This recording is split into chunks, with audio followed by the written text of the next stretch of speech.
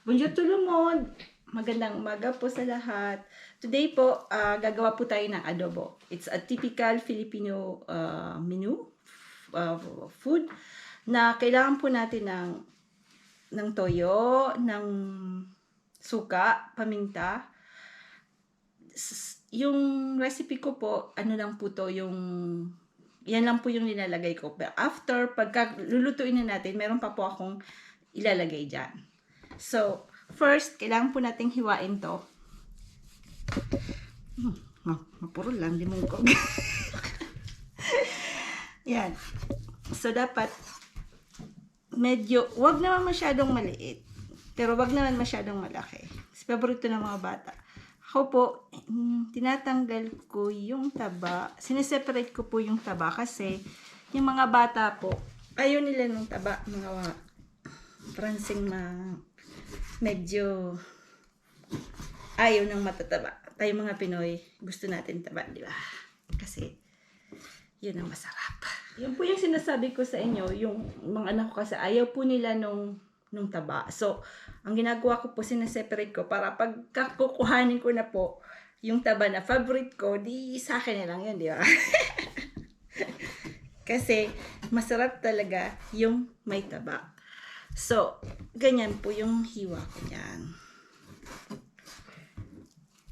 Pero dapat, syempre, mayroon din na iba. Si Frank, yung husband ko po, medyo natutunan niya na rin pong kumain ng may taba. Dati talagang ayaw nila. Gusto nila yung talagang, tawag nila dyan is maigre. Ayaw nila yan. Para sa kanila parang, ewan, susuka yata sila dyan eh. Tapos, pagka nahiwa na natin to, mamaya po, lalagyan ko rin po siya ng konting asukal. Pero ang gagawin po natin, pagka lulutuin na po natin, uunahin po natin yun ilagay sa mantika. Para po, yung kulay ng adobo natin is more, parang mapula-pula. Papasok po siya doon sa meat. Yung pag-marinate po nito, mas maganda po mga 2 hours or 1 hour. Wag po yung pagka-marinate luluto na agad. Kasi yung lasa hindi pa po nakapasok sa meat. Ayan. Sa mga French naman baka yung mga kulig ko, manunod na rin. So, it's vinegar. Ang tawag po dito is vinaigre de cidre. Et après de sauce soja, et puis du poivre. Du poivre, si paminta po. Ayan. Huwag niyo lang po isama yung kamay niyo kasi hindi ko pa po nalasahan yung laman ng tao, pero masakit po yun. Ngayon po, lalagay na po natin yung ingredients. Ako po, hindi yung 2 tablespoon kasi medyo matagal na po ako nagluluto. Malit pa lang po. So, mga 8 years old pa lang po ako noon. Nung umalis si mama papuntang Taiwan. Talagang pong, interesado na po ako sa pagluluto. Pero yung mga luto lang na simple lang, yung sa atin lang, di ba po sa Bicol kami noon, parang mahilig po akong tumingin sa mga tao kung paano magluto, lalo na yung mama ko po kasi, di ba, nakikita niyo po sa vlog ni Ma'am Insis, na mahilig po talaga siya magluto. Ako po talaga, parang nung maliit pa lang po ako, interesado na po talaga ako sa pagluluto. Yung minsan nga yung mga awot-awot, mga bulaklak ng sampagita, hindi, gumamela po pala. Yun, binaghalo ko yun, linuluto ko po yung mga putik, ganun po.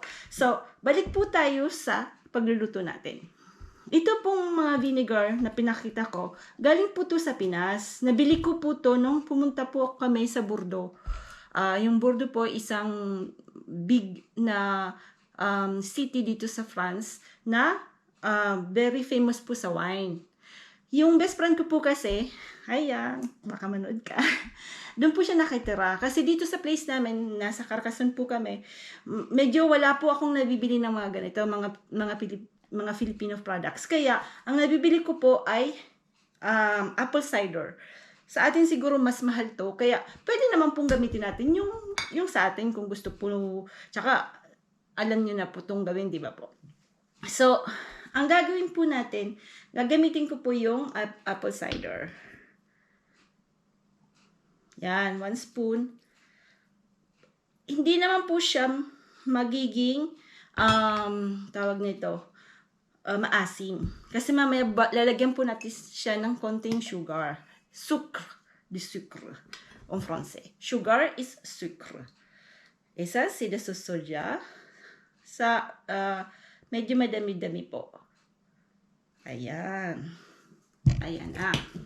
Nagkakaamoy-amoy na siyang konti. Tapos, poivre.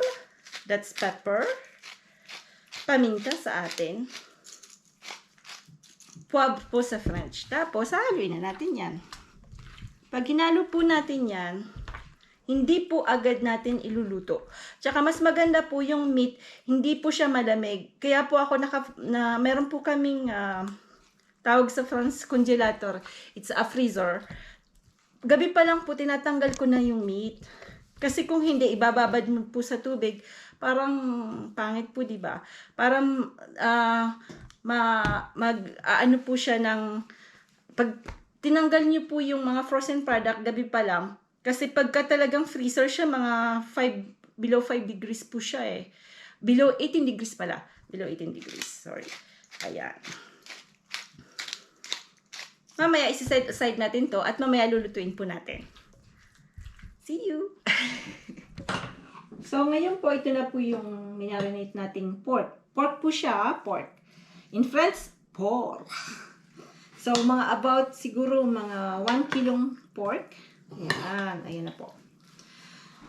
Lalagyan po natin siya ng 2 leaves na laurel, laurier in French, and 2 cloves ng garlic, o chives sa mga French.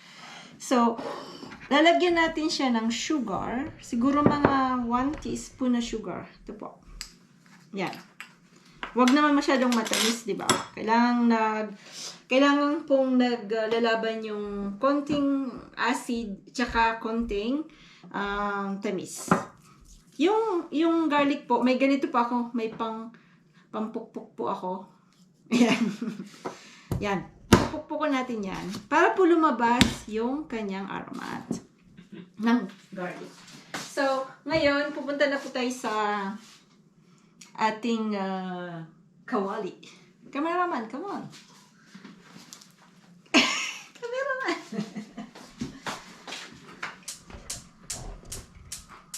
Ayan na po.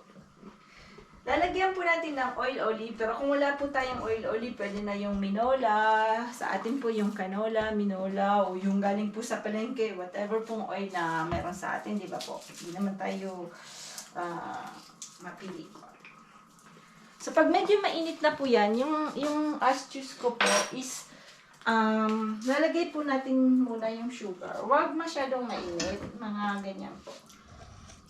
Huwag masyadong mainit yung oil. So, lalagay natin yan. Medyo papakaramelize natin. Siyempre, kailangan natin ng wood spoon. Dapat medyo matunaw-tunaw yung mag-ano po siya. Yung sugar niya medyo ma-dissolve ng konti. Ayan. Tapos, parang ito, ilalagay na natin. Ako, ang ginagawa ko po, kinukuha ko muna yung mga medyo matataba. Kasi yung mga matatabang yan, medyo magbibigay siya ng konting mantika, diba po? Yan, pinipili ko lang konting matataba na mamaya ako kakain yan. Ang dami pa lang naling tataba tayo nito ah. Madami-dami siyang mataba. Malamang pag sisang nakuha niya yung mataba, lalagay niya sa plate ko yan.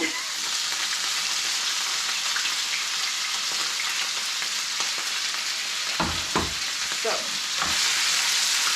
medyo tutos ng konti. Ayan. Tapos yung bawang natin, nilagay na rin natin. Click.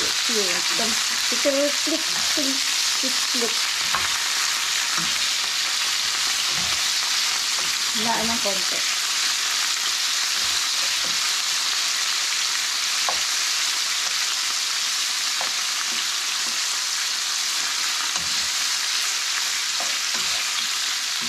Tapos, yung iba, lagay na rin natin. Yan.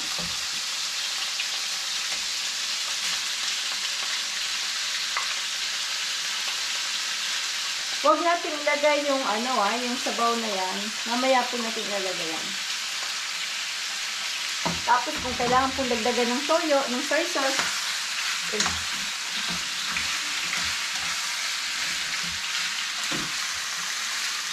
ayan na.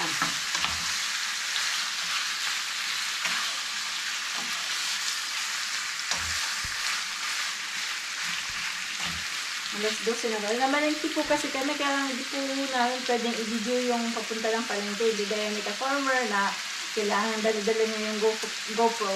Dito po kasi sa France, masyadong mahigpit ang authority. Wala po, hindi mo pwedeng i-film yung mga taong na nasa palengke. Gano'n. Pwede po tayong magkaroon ng malaking multa.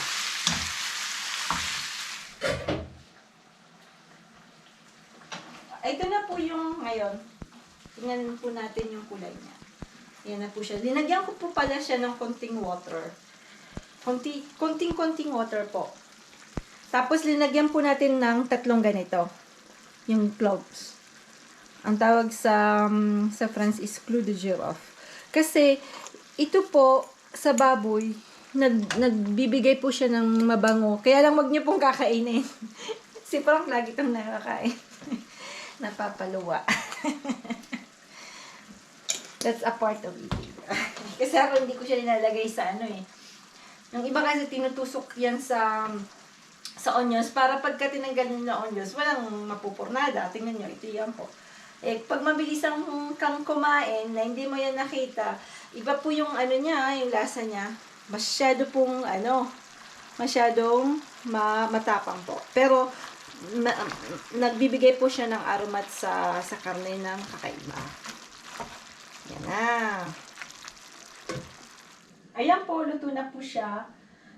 Tanggalin na po natin yung laurel. Yan. Yung balat ng bawang. Pero hanapin din natin yung yung clou de girofle, yung cloves na to. Kasi 3 po to Yung hindi ko na makita ang dalawa. Ayan. Diba? Iba po yung kulay niya pagka tinost niyo po yung konting sugar before ilagay yung karne. Parang mas mapula-pula. Ayan na po, kakain na po tayo. Ayan po. Bonjour. Ito pong beans na to, yung gaya din po to sa atin. No? Linaga ko lang po to. Kasi dito po sa France, ayaw po nila ng maliliit na hiwa. Linaga ko lang yan, tapos linagay ko lang sa tabi niya. Para po may gulay naman. Ayan, para healthy.